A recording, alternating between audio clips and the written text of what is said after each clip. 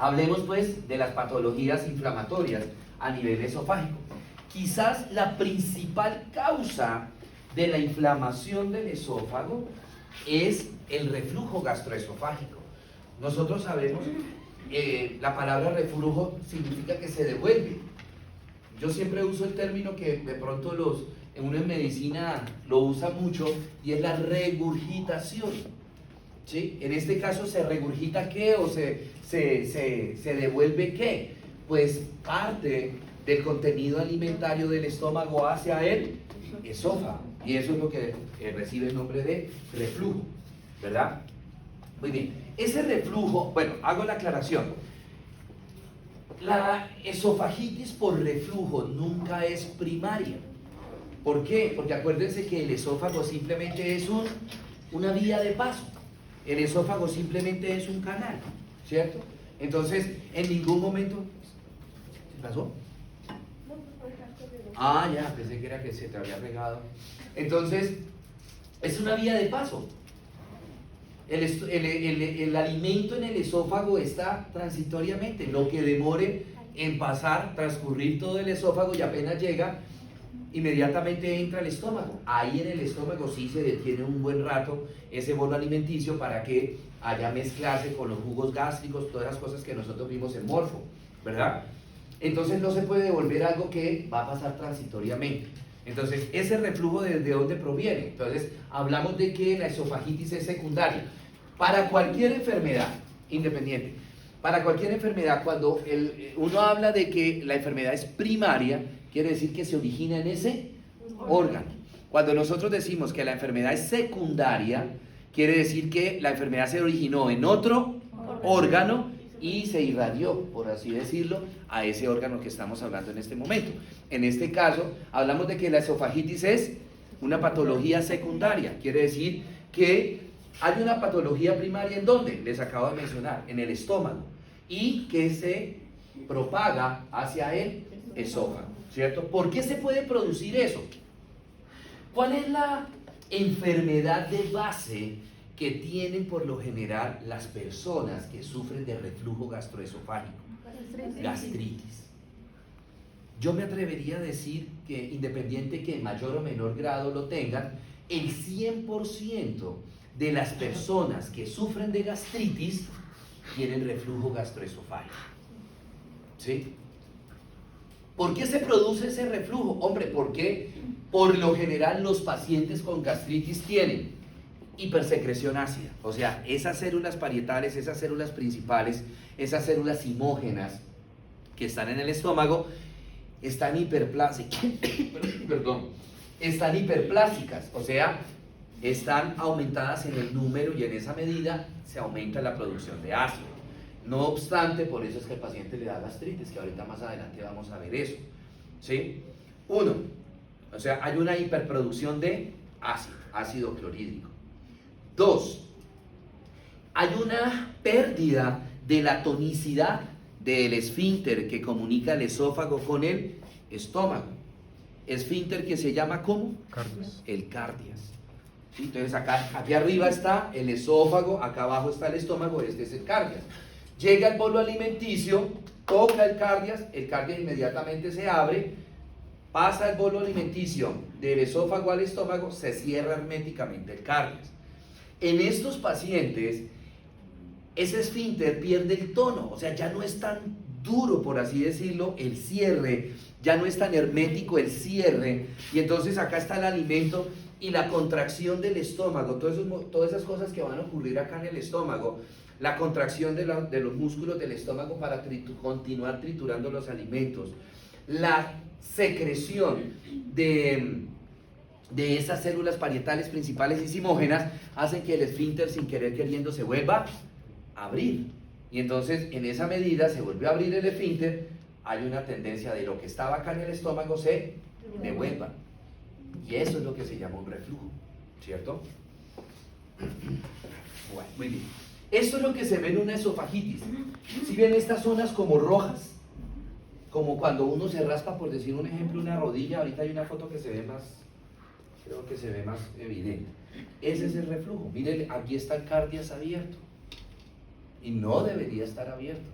porque el esofagoscopio todavía no ha llegado ahí. La boca del paciente está ahí, metieron el endoscopio, chan, chan, chan, y van mirando esto, y esto debería estar cerrado, ¿sí? ¿Qué hace el gastroenterólogo cuando está haciendo una endoscopia? Toca ese cardias, inmediatamente el cardias se abre, entonces pasa el endoscopio al estómago para seguir mirando, ¿cierto? Bueno, muy bien.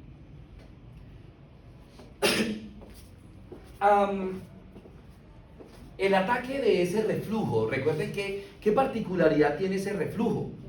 Primero, sí, que es contenido alimentario, es bolo alimenticio, ¿sí? Y dos, que es ácido. ¿Por qué? Porque ya esos alimentos acá en el estómago se empezaron a combinar, se empezaron a mezclar con el ácido clorhídrico, con la gastrina, con el pepsinógeno, bueno, con todas las secreciones del estómago. Entonces es ácido. Y ese contenido que se devuelve, ¿cierto? Que se devuelve, pues empieza a quemar, por así decirlo, la mucosa, el epitelio del esófago.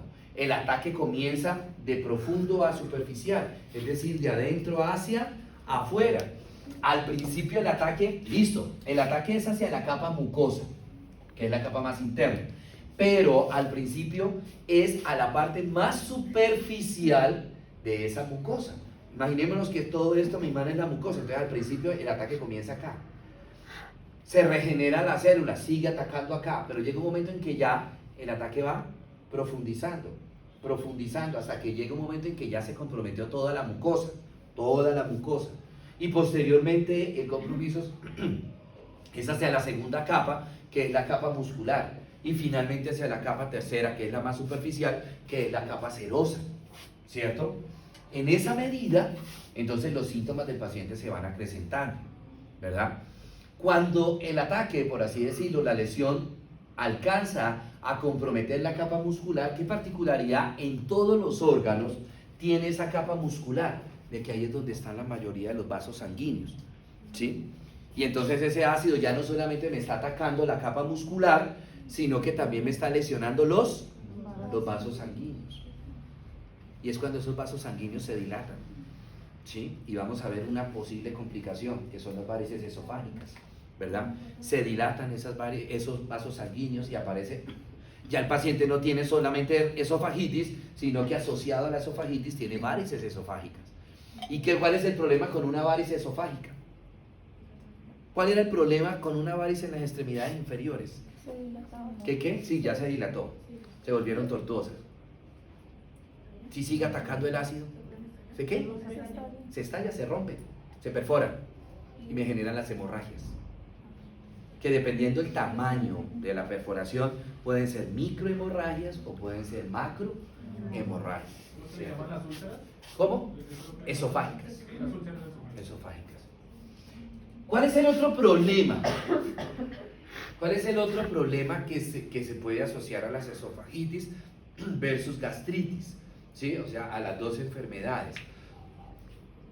Recordemos que está el diafragma, y ese diafragma, no sé si ustedes se acuerdan que tiene 3 orificios por donde van a pasar unas estructuras. Había un orificio que se llamaba el hiato esofágico, hay otro orificio que es el hiato de la vena cava inferior y otro orificio que es el hiato aórtico.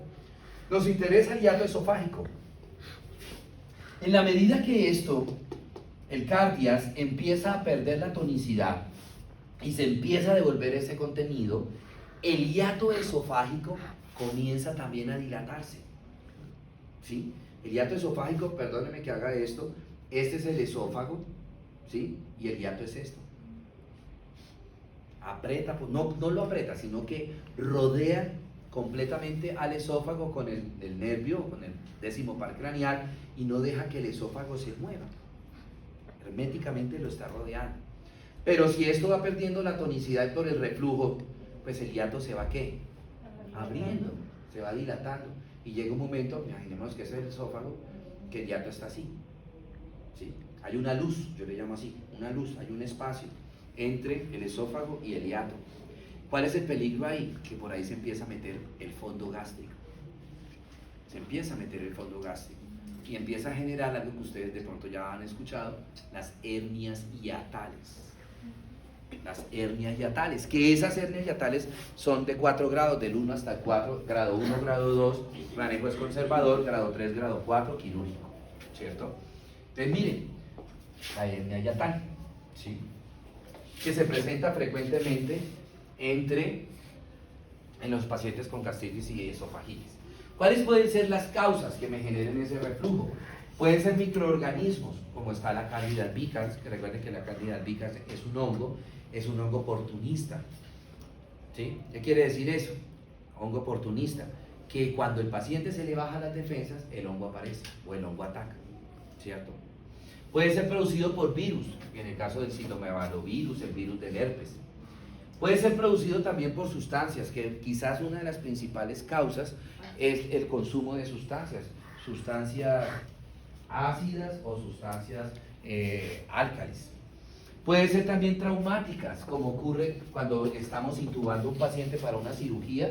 El tubo, cuando uno está metiendo el tubo, ¿sí?, puede rasgar el esófago, o pues no digo que rasgarlo, lacerarlo, ¿verdad? O cuando estamos pasándole para el paciente para pasarle una sonda nasogástrica, porque el paciente estaba con hematemesis, entonces le pasamos una sonda nasogástrica, esa sonda también puede lesionar el esófago, ¿sí? Cuando se está haciendo una endoscopia, de hecho, ¿algunos de ustedes le han hecho endoscopia acá? ¿No? Bueno, cuando le hacen endoscopia al paciente, por más de que el paciente esté anestesiado, le queda después del procedimiento unos días con esa sensación de dolor, de disfagia, que es producto del tubo, ¿cierto? Las radiaciones y los pacientes con VIH por lo de la Candida albicans. Bueno, mire aquí ya el compromiso. Ustedes ven acá como dos colores, ¿cierto? Rosado y como más rojito. Aquí está empezando el ataque. Esta es la capa mucosa y esta ya es la capa muscular, ¿sí? Entonces mire ya la enfermedad cómo ha avanzado. Obviamente esto no fue de un día para otro, esto pasaron bastante tiempo. ¿Cuánto tiempo? Pues no les sabría decir, pero por lo pronto yo podría decir que el paciente lleva ya varios meses sufriendo de esofagitis. Entonces ya aquí hay un compromiso de la capa muscular que va a predisponer al paciente para que se le presenten hemorragias, las hematemesis. ¿Cuáles son las manifestaciones clínicas? El reflujo, que vamos a llamarlo pirosis, ¿sí? Las pirosis o el reflujo no son más que las mismas agrieras. O sea, han escuchado que, uy, es que me dio una agriera, que no sé qué. Eso es un reflujo.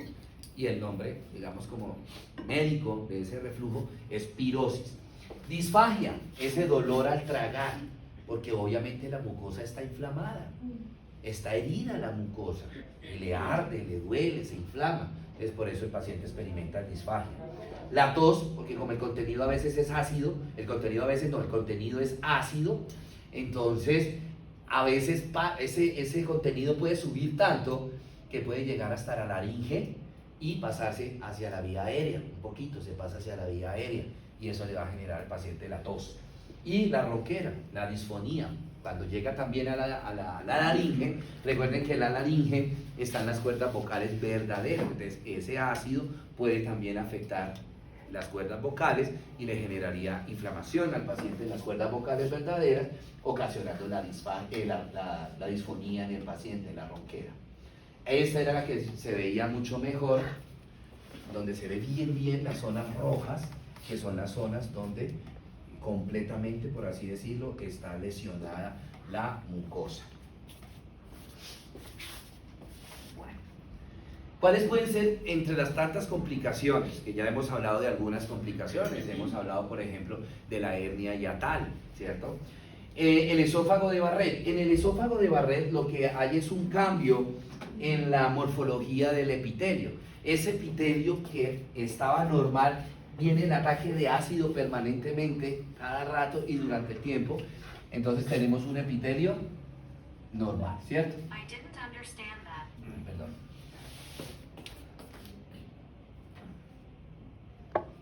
Entonces, debido al ataque continuo de ese ácido sobre el epitelio, este es el epitelio, esta es la capa mucosa. Esta es la capa mucosa. Entonces pasa a una metaplasia. Esta metaplasia es reversible. Si el paciente se pone juicioso con tratamiento, si el paciente se maneja su enfermedad de base, si el paciente se cuida o mejora los hábitos alimentarios, esto puede revertir. Pero si por el contrario sucede todo lo contrario en el paciente, esa metaplasia se puede convertir en displasia. En la displasia podemos hablar que la displasia es una lesión precancerosa. O es una lesión, no la hablemos precancerosa porque nos asusta mucho. Hablemos más de que es una lesión premaligna. ¿Qué puede suceder ahí? Si es pre, hay chance de ¿qué? Que revierta o que progrese a una anaplasia. Y esa anaplasia no es más que un cáncer. Siempre que ustedes lean por curiosidad, escuchen lo que sea, que el reporte de una biopsia se evidencia tejido anaplásico, ya eso no tiene otro nombre sino cáncer. Y pues desafortunadamente, de aquí sí no hay chance para revertir, al contrario, para seguir progresando. Entonces, en el esófago de Barrett, ese epitelio que estaba normal por acción del reflujo, cambia la morfología y se me convierte en un epitelio metaplásico, ¿cierto? Otra de las complicaciones, las úlceras, se puede perforar. Habíamos también hablado de las varices, otra complicación, las varices esofágicas, que ahorita las vamos a ver, ¿cierto? Se perfora, esta ya es la capa, mire que hay sangre ahí, o sea, hace poco esa úlcera se sangró. Y otra complicación es que el esfínter, el cardia, se inflame tanto que las paredes del esófago que están arriba del esfínter se inflamen mucho y se cierre la luz del esófago. Entonces el paciente come y este esfínter, como está tan inflamado, no se abre. Entonces empieza ¿qué? A acumular el tejido alimentario, o el contenido alimentario, y entonces me genera acá una retención de alimentos, lo que recibe el nombre de acalasia. Acalasia, ¿no está escuchando?